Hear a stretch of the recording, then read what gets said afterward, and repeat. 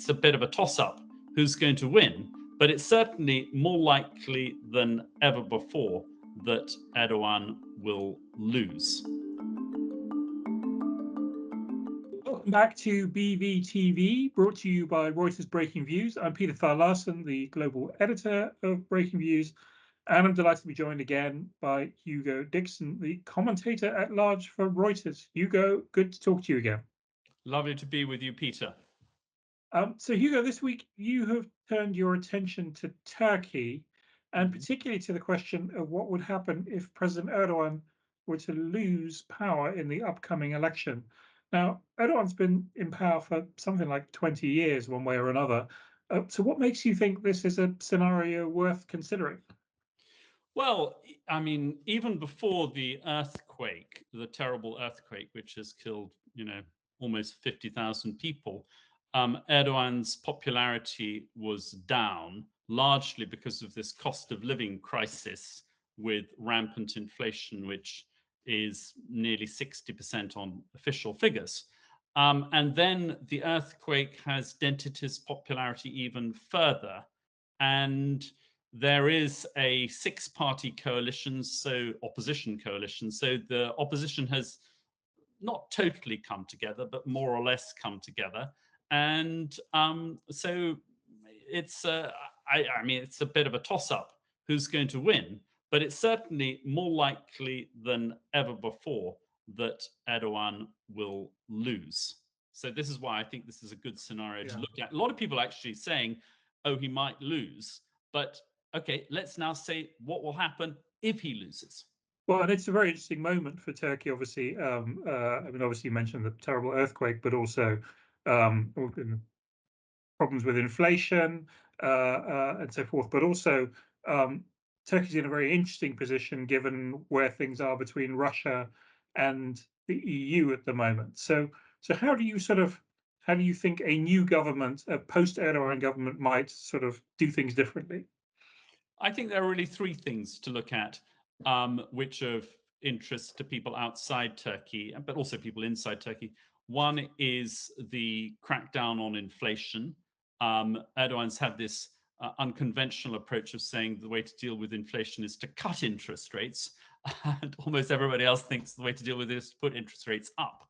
And that hasn't really worked, has it? No, it hasn't. It hasn't. Second thing is that he's cozied up to Vladimir Putin and has put in question really how loyal he is to the NATO alliance. And, particularly he's been, at least for the time being, vetoing Finland and particularly Sweden from joining the NATO alliance. And the opposition is likely to change both that and the inflation thing. And then the third thing is his growing authoritarianism, such as, sending opposition leaders to jail, journalists to jail, etc. And these three things will change more or less quite a lot. The fourth thing that will change is that the opposition may be more keen to crack down on climate change. Turkey has very bad marks for that from things like Climate Action Tracker, and it was only ratified, the Paris Agreement, 2 years ago, so it's very late. So those are the sorts of things that might change. And then the interesting thing is, what then would be the repercussions of those changes? Yeah, so what kind of carrots can the European Union or the US, the West general, sort of hold out to a post-Erdogan government? Well, I mean, we've got to be realistic. They're not going to offer EU membership. I mean, they've been dangling that carrot for, I think, several decades. But there is something more realistic, which is a modernized custom union. That has already been talked about, and then the EU put a dampener on that because they were unhappy with Erdogan's behavior. Things have shifted on because that was last being looked at seriously, I think, in 2016. And so there's the old agenda, which was to expand the customs union to cover services, procurement, and agriculture. But now there's a new agenda, which is digital services and particularly climate change.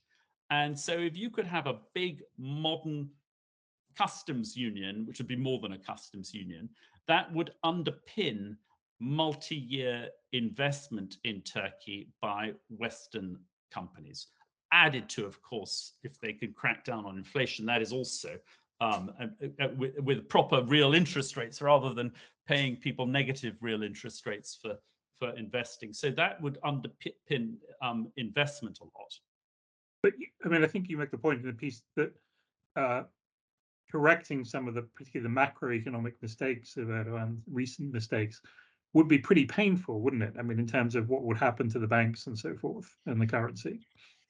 Well, Erdogan's created a mess. I mean, we've got these negative real interest rates, so it's almost 60% inflation. And actually, last week they cut interest rates to 8.5%. So that means that when you account for inflation, you're actually losing 50% a year. So that's one thing. Secondly, there have been all sorts of things that have been done with the banking system, particularly stuffing the banks with government bonds with low yields. Now, what they're going to have to do to crack down on inflation, I don't know what they have to, but people are, I think almost everyone thinks it's going to be above 20%. I've heard people saying it might go above 40% interest rates. And that means that you're going to have quite possibly a recession, quite possibly the need to recapitalize the banks because of this mess that's been created there. And so there would be pain. Certainly there would be pain, but there's also this opportunity. And I would say that America can also offer things. I mean, America has got this great idea of friendshoring, which is partly a response to China, which is reorientating global supply chains. Well, Turkey would be a natural to be part of these new supply chains if it was viewed as a friend.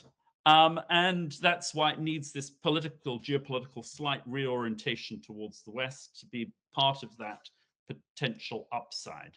And also there can be climate deals, I mean, not just in trade deals, but there can also be one of these just energy transition partnerships, which have been used with Indonesia and Vietnam and South Africa, and now is being talked about with India. Why not one for Turkey? Help it come in from the cold on a climate sense. Invest, this would be the G7, providing cheap loans and other financing and dragging in private sector finance to ramp up their renewables and other green technologies. So there's, I think, a lot of upside in this admittedly far from certain scenario of Erdogan going. Yes, so a lot for Turkish voters, I imagine, to ponder before the election. Hugo, fascinating as always. Thank you very much for your time, and speak to you again soon. A pleasure.